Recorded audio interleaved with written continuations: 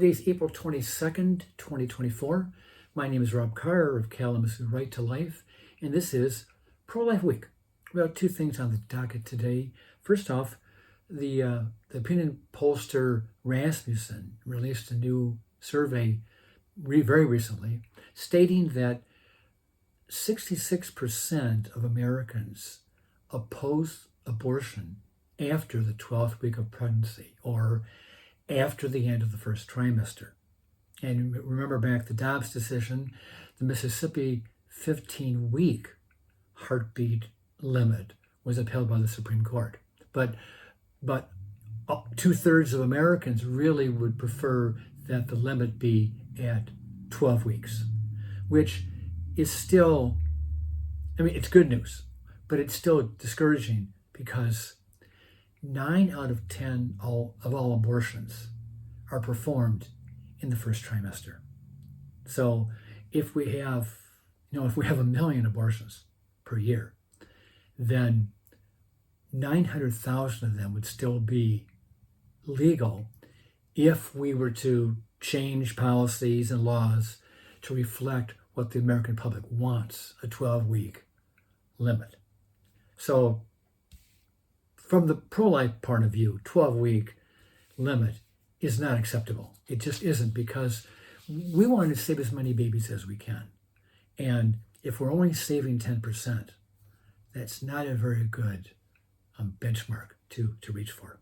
Okay, the main issue for today has to do with Planned Parenthood's annual report that came out over the weekend, or late last week.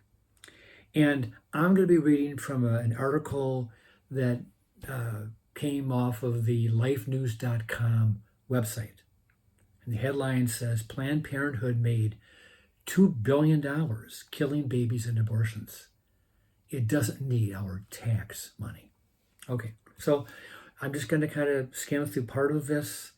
It says here, the Planned Parenthood always gives some of their data, and they compare it to like the previous year. So let's look at their data.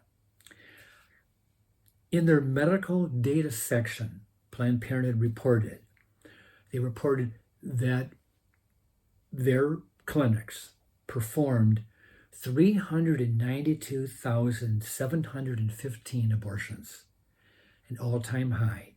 That's up 18,500 more from last year. Okay. 410,272 breast cancer screenings and Pap tests, down 60,000 from a previous high of 470,419 the previous year. So 60,000 fewer breast cancer screenings and Pap tests. For years, Planned Parenthood has bragged about all the things they do for women's health outside of reproductive, abortions. And it's pretty clear here that, they're not doing as many as they used to. They seem to be shifting some of their focus. Obviously, the focus is to what really makes their money, abortions. Okay, let me continue. 129,216 preventive care visits, down 58,000 fewer preventive care visits. 58,000. Okay, now here again, Planned Parenthood has bragged over the years about, because they favor choice. They favor choice. They provide adoption referrals as well as abortions. They're a broad range smorgasbord of services. Well, okay. 4 years ago, Planned Parenthood referred 4,279 adoptions. Okay, which is not a good number, but it's better than nothing. Last year, in 2020, Well, actually, this is the 2022-2023 annual report. So we're kind of like a year and a half kind of behind the report. But in the previous report, Planned Parenthood reported 1,803 adoption referrals. Well, according to the new 2022-2023 annual report, they referred 1,721 adoption referrals. So in 4 years, they went from almost 4,300 down to 1,700. So much for encouraging some women to seek the solution of putting their child up for adoption. It doesn't seem to be very attractive. Planned Parenthood performed 228 abortions for every one adoption referral. 228 to 1. Okay. Tells you where their heart is and where their money is. Okay. In a nod to the reality that women in pro-life states are still traveling out of state to get abortions, Planned Parenthood reports that demand in pro-abortion states rose up to 700%.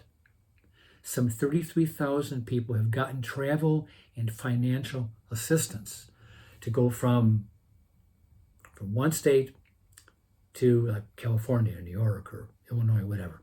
Okay. In the long term, the trend of more abortions and fewer health services is even more stark. Pro-life scholar Michael New points out that, quote, in the past 10 years, the number of abortions performed by Planned Parenthood has increased by 20%. Meanwhile, cancer screenings fell by more than 58%, and prenatal services declined by more than 67%. Here's another feature that we really haven't talked a whole lot about, because it's not really our issue. After going all in on gender-affirming hormone therapy, starting in the 2015-2016 reporting year, Planned Parenthood reports an all-time high of 45 clinics offering such services. Planned Parenthood buries the specific number of services in an other category in the medical data tables. We can reasonably infer that gender services drove a noticeable spike in that category. It went from 8,153 in 2015 to 177,237 in this year's report. So as we've seen more and more instances of minors getting a hormone treatment for gender-affirming care, whatever that means, in this convoluted world we're living in, we went from 8,000 to 177,000 in 9 years, 8 years. Okay. Now let's look at the financial picture for Planned Parenthood. They received $699 million in government funding, up from $670 million the previous year. So they received $29 million more in 2022 than they did in 2021. And most of this money is being funneled through Title X, which is a family planning government agency. Okay. Planned Parenthood received or has $2 billion in total revenue, up from $1.9 billion the previous year. Let's see here. I guess that's as far as I want to go on that. The sobering reality is that Planned Parenthood is swimming in cash and aborting more unborn children than ever before. And while we are seeing Planned Parenthood awash with cash,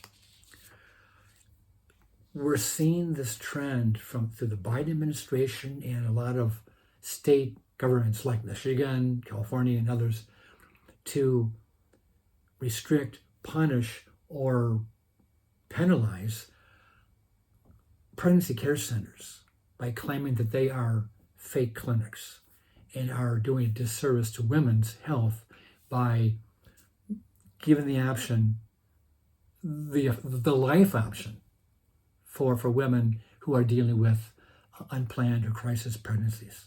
So if ever there was a need to defund Planned Parenthood, this is the time. If we can, if the pro-lifers and conservatives can vote out of office Joe Biden, then and put in a reasonably pro-life Senate and U.S. House, then maybe we can bring some clarity and sanity back to this whole issue and get federal taxpayer funding out of the hands of Planned Parenthood. So with that, I will let you go, and I'll see you next time.